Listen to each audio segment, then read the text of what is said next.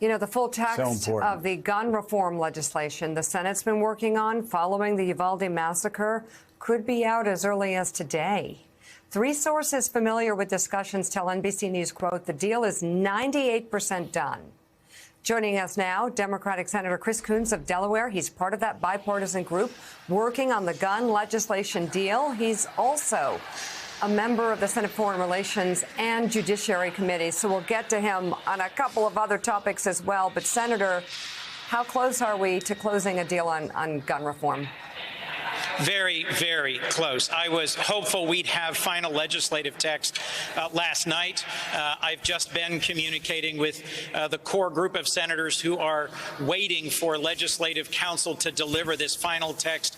They're optimistic it'll be locked in today. I think the Senate needs to take this up and vote on it this week to make sure that the upcoming 4th of July recess doesn't lead to a loss of focus and dedication. There's lots of slips and falls possible as we take something from a framework to final legislative text. I'm so grateful for Senator Murphy and Senator Cornyn, Senators Tillis and Sinema, who've been doing the hard work of negotiating these last steps to get us to a bill that we can put on the floor of the Senate. There's one development that I've been optimistic about, that I've been very encouraged by. In addition to hundreds of millions of dollars to encourage states to adopt and implement red flag laws, there will be hundreds of millions more to encourage community violence interrupters. That's something Senator Murphy's fought hard for. My hometown of Wilmington, Delaware, has benefited from this model of how to prevent gun violence on the streets of our community, and I think it's a great model we should be investing more in. So I think that's one positive step forward among many in this important bill. Senator, since Sandy Hook, I know I and other people on this show, connected to this show, a lot of people in the media, a lot of people in the Democratic Party have been pushing Republicans to do something about guns.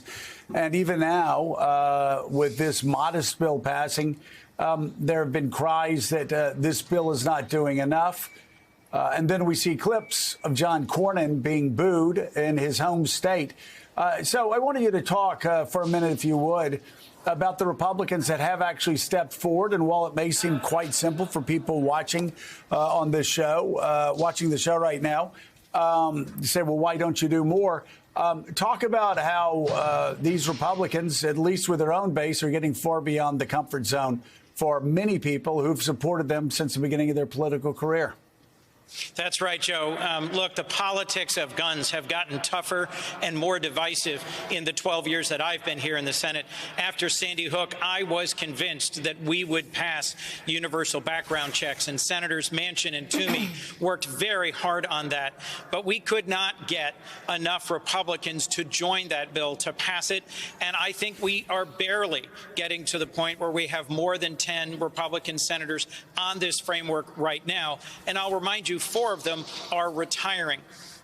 This is a significant moment for Senator Cornyn. He is a conservative Republican, a tough on crime, former attorney general, former elected state justice on their Supreme Court, and someone who in his time on the Judiciary Committee has been very tough on Democrats and our perspectives.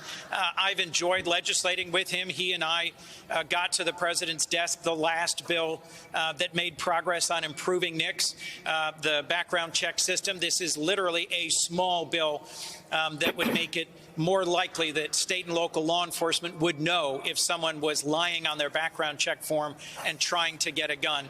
That's one of the things we've long heard from gun enthusiasts is we need to better enforce the existing laws on the books. That's something Senator Cornyn has stepped out and done with Senator Murphy and with me in 2 different recent bills.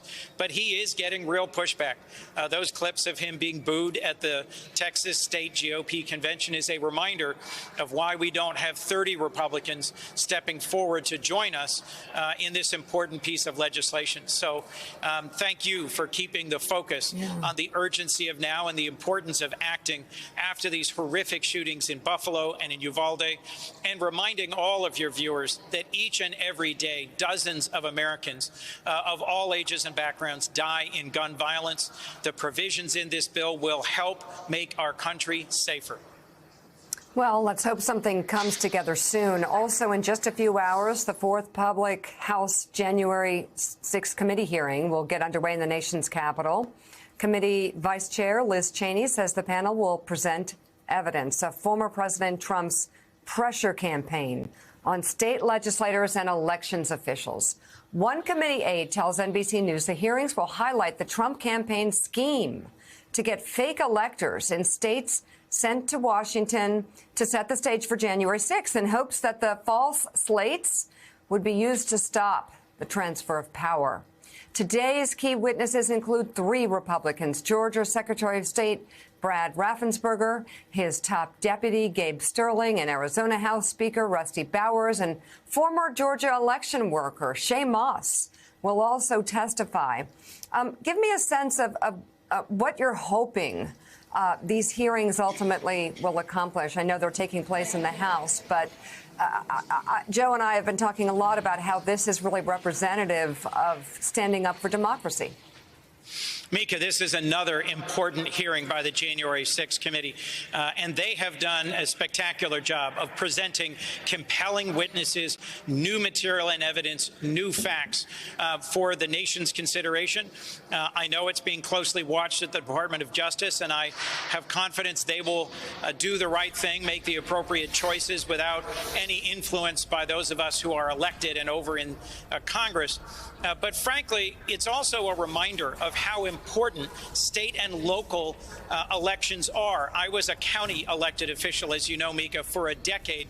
And across our country, our elections are overwhelmingly administered by very local elected officials, by county boards of elections, by secretaries of state. Elections that often fly under the radar and don't get enough attention. And the panel that will be testifying today will be reminding the American people and the members of Congress who are watching that we came very close to losing our democracy on January 6th. It was a horrifying event in which police officers were physically assaulted. Several lost their lives. They breached the Capitol, the first time Americans have ever done that in mass, to attempt to reverse the election.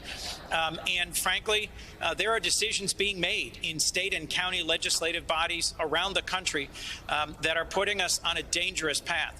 I am working with a bipartisan group here to try and pass a reform to the Electoral Count Act that would narrow the chances of a repeat of January 6th.